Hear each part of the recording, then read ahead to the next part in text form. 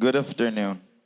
Thank you all for joining us today, for standing with Israel, with the survivors, and with the 48 hostages are still held in Gaza. On horrific condition for more than 725 days. My heart is with the families who those were murdered in Manchester. It's great to be here with people from so many different parts of the British Jewish community and their allies. I'm really sorry. I also want to thank Nevi Feldman, the hostages, and Missing Families Forum UK.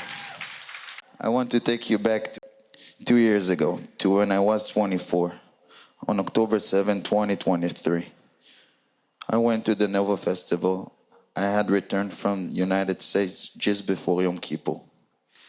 As I was living and working in Connecticut, I came to Israel for a few weeks vacation to see my family and friends I had missed so much.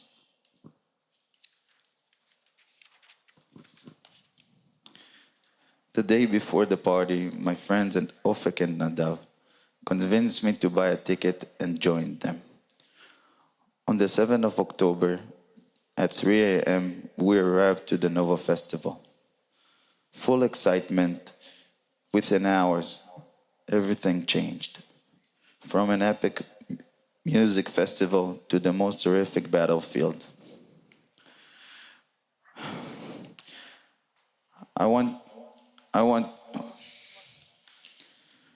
What I went through this morning, I will never leave me.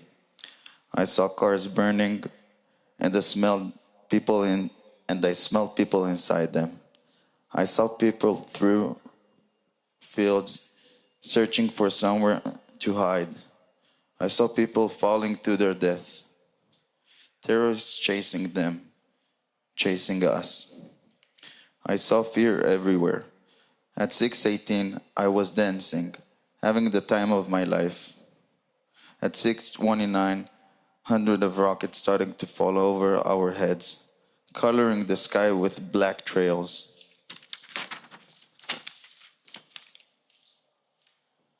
The music stopped. People started running for their lives. We heard gunshots getting closer. People shouting that the terrorists are coming. At the state of emergency, the body has two responses, flight or fight. On that moment, the understanding that my death might be seconds away, I passed out. I'm standing here today, but I could have easily been murdered, or like 251 others kidnapped.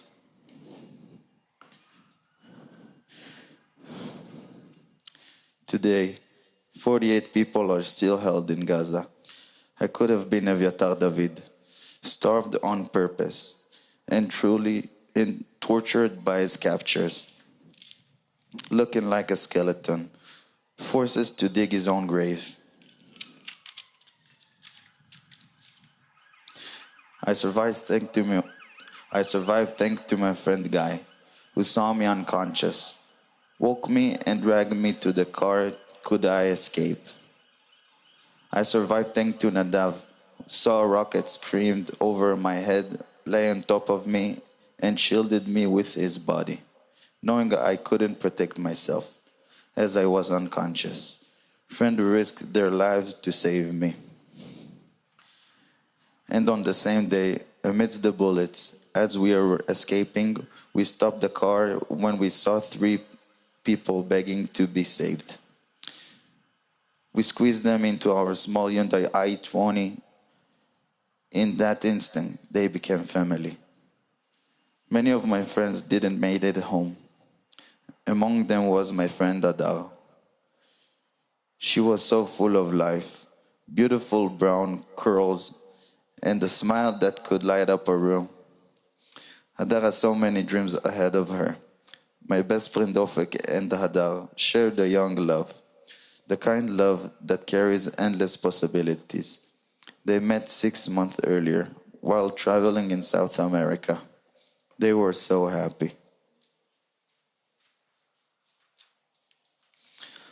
On the morning of October 7th, they each arrived at the festival in a different cars. When the massacre began, they left different cars as well. At 1:30, Ofik received the last message from Adar.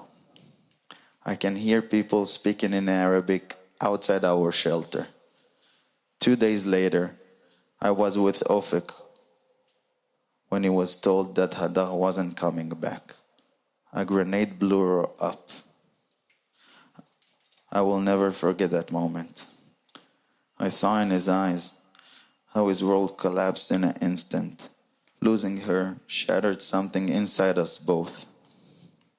Her loss is a wound we are carry every day. As much as the October 7th was about terror and loss, it also revealed something stronger than fear. I saw courage, I saw solidarity, I saw humanity. Even in the darkest hour, people chose us to save one another. This is why I choose to move back to Israel. I was so lucky to survive and continue with my life. But I also want to be honest with you. Sometimes, without warning, something small. It can be a sound, it could be a smell, or a sudden feeling. Take me straight back to the October 7th. In an instant, I'm there. Terrified, helpless, close to passing out. It took me a week to step outside of my parents' home. It took me even longer, but I managed to rebuild myself. I understood that life is short. I want to build something meaningful out of the pain. I owe it to my friends who are not longer here.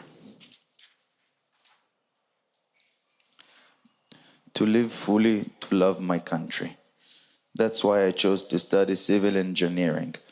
For me, building is more than profession. It's the way to turn loss into purpose. And when we together like this, we remind one another that we are not alone. Together we are carry shared responsibility to stand against terror, to speak out against hate, and the purpose and to protect value of life and humanity that our enemies trying to destroy.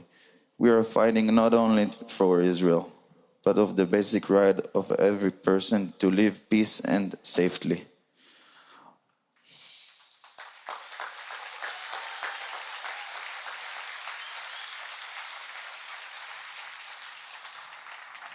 Only when every hostage is home can our life and our nation truly begin heal.